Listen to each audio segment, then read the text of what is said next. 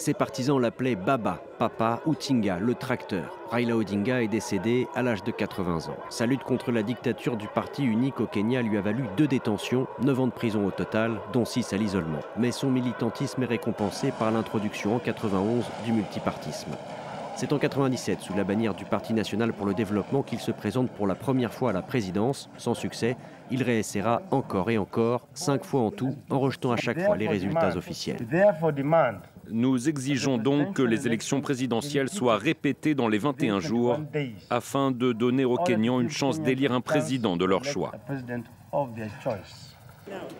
Après les élections de 2007, il affirme que Mwai Kibaki a volé la victoire.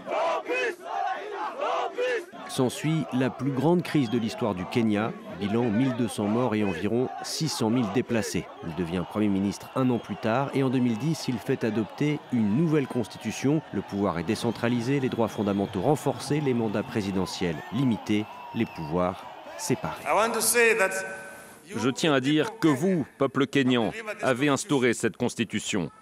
Votre constitution nous a libérés. Que Dieu vous bénisse et que Dieu bénisse le Kenya.